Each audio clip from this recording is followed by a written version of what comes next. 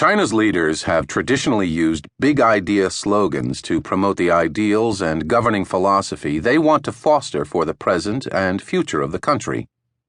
These slogans, due in part to their simplicity and vagueness, pack a lot into a few words, and people who know China or want to learn about the world's most populous nation must think deeply about them.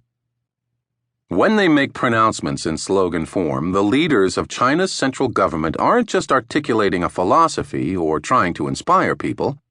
They are defining the vision and endpoint for mechanisms of legal and social development, for enterprise, and for resource management. A landmark statement by the chairman of the Communist Party is not an attempt to create a mood or inspire the population. It's a national strategy. Deng Xiaoping, China's de facto leader from 1978 to 1992, set the stage for the early post-Mao years with his policy of 4 modernizations: agriculture, industry, science and technology, and the military.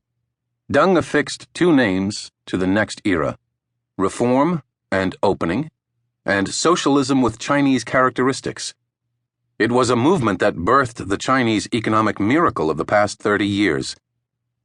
What he meant by socialism with Chinese characteristics was that China would pursue a path of reforms focused on market development.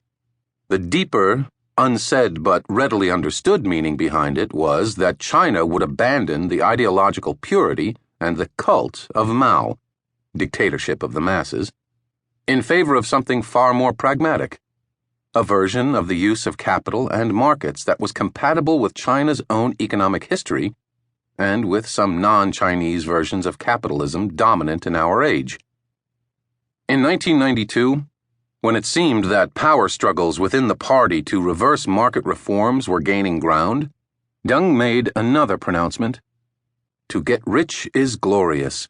What he signaled with that bold statement was that China should work to elevate its status as a wealthy, strong nation, that individuals would be permitted to accrue private property and wealth, that ideology was taking a back seat to pragmatism, and that pragmatism meant commitment to economic expansion backed by market-directed capital.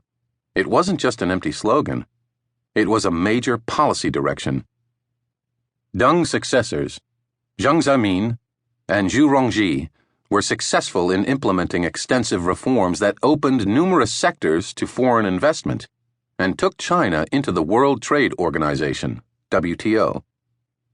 As the structure and direction of China's economy deviated further and further from the doctrines of communism, the new party secretary of China, Jiang Zemin, felt the need to develop his own vision of leadership, the 3 represents.